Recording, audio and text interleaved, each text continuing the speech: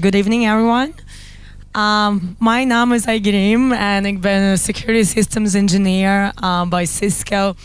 En ik werk bij Cisco sinds 5 jaar nu en ik spreek slecht Nederlands. So I'm going to continue in English. Right, so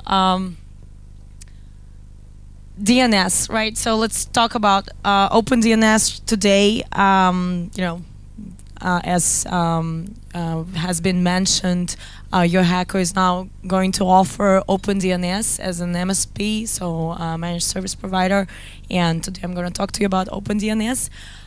And let's talk about DNS. So Dan Kaminsky, one of the very respected security researchers and hackers at Black Hat 2008, sort of coined this phrase, which is almost everything on the internet depends on DNS returning the right number for the right requests, right? And I think that's anyone who's been working in the industry, totally understands that.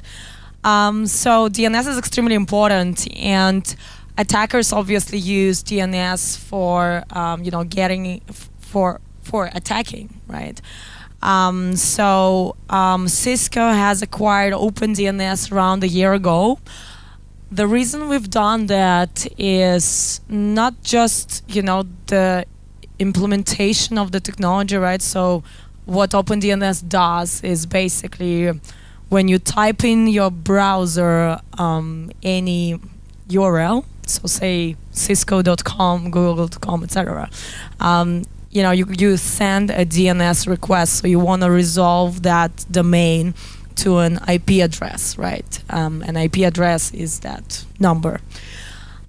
So what OpenDNS does is exactly that, resolving your domain to an IP. However, there is a lot of bad domains on the net, and OpenDNS can also block those malicious requests. So when you're trying to resolve a malicious domain, you're actually not going to get there, and OpenDNS will stop you from going to a bad site. Without further ado, why did we acquire OpenDNS? Because they've got massive amounts of data. Essentially what happens is OpenDNS, since it's been a very popular product, and it's been, you can just get a subscription for free if you're a home user. So OpenDNS has a lot of data. And then they've developed the enterprise proposition where you can actually pay and then, of course, be safe as an enterprise. So by having so much data, they can then predict what would be the next bad domains. And OpenDNS is the second largest DNS resolution service after Google.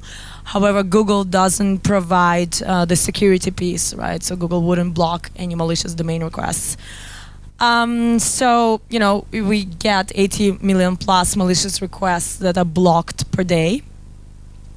And what kind of challenges are we trying to solve, right? So let's get back to business, because I think most of you are probably interested in the business side more than the technical side.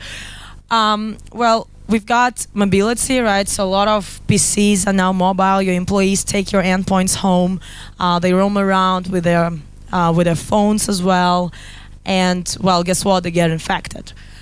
Then 70 to 90% of malware is unique to each organization. So if someone wants to attack you, these days we see a lot of advanced threats which are really targeted at your company. And shortage of security talent, right? So there's just simply not enough security analysts and security people out there in the industry to help you. And it's one of the most sought after job at this moment. So it's pretty hard to get, a really good security team. And the problems that we solve are breach and malware protection. So as I mentioned, what happens, right? We first use case is when you as a user try to reach a bad link, and we can block that request. And another thing is malware, right? So malware, when it gets onto your endpoint, it does a command and control callback, which means it has to call home to the attacker's infrastructure so that the attacker can take over your endpoint. Or in case of ransomware, that's when the malware would actually exchange the key with the attacker so that the attacker has the key and can give it to you later to decrypt your files. So that communication between malware and the attacker happens via DNS, right? So they need to resolve the domain. And what the attackers do, instead of just as they used to do, they used to hardcode an IP address, which obviously was like back in the 80s or something. Then the next step was having an IP address, so having a domain connected to different IP addresses, which was called fast flux. And what they do now is domain generation algorithms, where they jump the IP addresses and the domains, which makes it very difficult to catch what's going to be the bad domains, right? Because there's new domains coming up all the time. So OpenDNS can actually crack those domain generation algorithms with all the machine learning intelligence that they've got, and so they can actually predict the next bad domains. So even if it's a zero-day malware and a ransomware malware that no one has ever seen before, OpenDNS can block that call back home, and your endpoint, will not, the malware will not get activated, right? So the ransomware will not get activated on the endpoint. So I'm not sure if the business people has already lost me, but the idea is OpenDNS can protect you against malware that is zero-day, that nobody else knows about, right? So that's something that a normal antivirus is not going to help you with, because antivirus relies on existing knowledge. So it's really that there are two things with OpenDNS: the known intelligence, we know what's bad and we block it, and the unknown intelligence, where we can predict what's going to be bad in the future. And that's really the secret sauce of OpenDNS, that using this big data, we are able to predict what's bad in the future. And that's essentially, how we do the security with OpenDNS. So that's really breach and malware protection. You've got internet-wide visibility, right? So you actually have access to understanding what's bad just in real time, and web filtering, right? So as an employer, you might want to build certain policies. Build certain policies like, okay, HR persons cannot go to tobacco websites. I mean, I'm just making it up, but you can, as an employer, build different policies on what your employees can access or not. And that's another thing that you can achieve with OpenDNS. And the beauty is that you can also deploy OpenDNS on your computers and mobiles. So even when your employees are roaming and they are not on your network, they are still protected. Because normally, your employees would take the laptop home, and guess what? Their children are going to watch YouTube videos on that laptop, and while they are browsing, they might just download certain malware. So OpenDNS can also help you there. So I think the takeaway is really that we use unique algorithms that apply to unique data sets, and we can really do that prediction.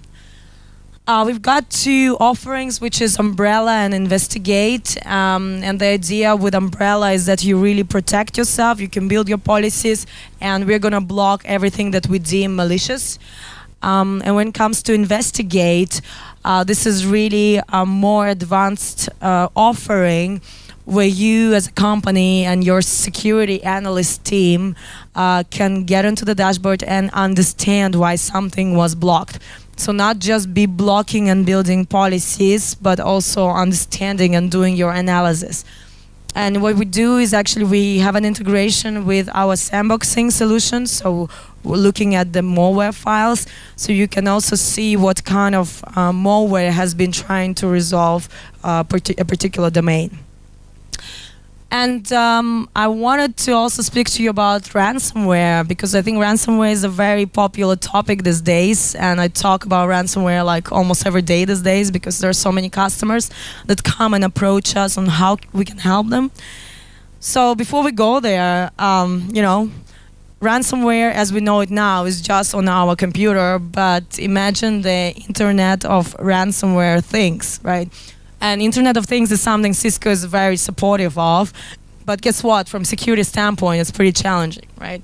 So it means that your coffee machine is connected to the internet, your fridge, your garage, everything, and the moment the attacker is gonna run ransomware on those things, and trust me, those things are really not so secure. You're gonna, your coffee machine is gonna ask you for $20 until it brings you coffee. So I think that that's more or less the future, and we really need to be mindful and to really understand what kind of security challenges are awaiting us in the future. Well, that said, I wanna just to finish up with 2 slides on how OpenDNS can help you with ransomware. Well, I'm not gonna go too detailed into this, but the idea is that there's 2 ways. So one is that you can actually just download, of course, ransomware, and another is that ransomware will come to you as a link in the email or as an attachment. And OpenDNS would really help you in blocking those links, right? So when your user is trying to go to a malicious site, it will help you when the user is redirected to an exploit kit domain and builds a command and control channel to the malicious infrastructure to drop the file. And then if this has already all happened, right, because there's no 100% protection, I mean, it's just impossible. So what happens is that if the ransomware is already on your endpoint, we can block a connection to the malicious infrastructure for the key exchange, right? So that's another step where OpenDNS can help you. So what I want to really say is that OpenDNS is a very powerful tool, and its implementation is just ridiculously simple, right? So all you need to do is redirect your DNS servers to our servers, and then off you go and you have the protection, right? So I think it's a very powerful tool because it doesn't require much implementation and installation, but it provides you with really top-notch protection. Well, and with that, that's more or less it. I think my time is up, and if you have any questions, I'm gonna stay here for the drink later, and just feel free to come up, and I'm happy to discuss OpenDNS. Thank you. Thanks.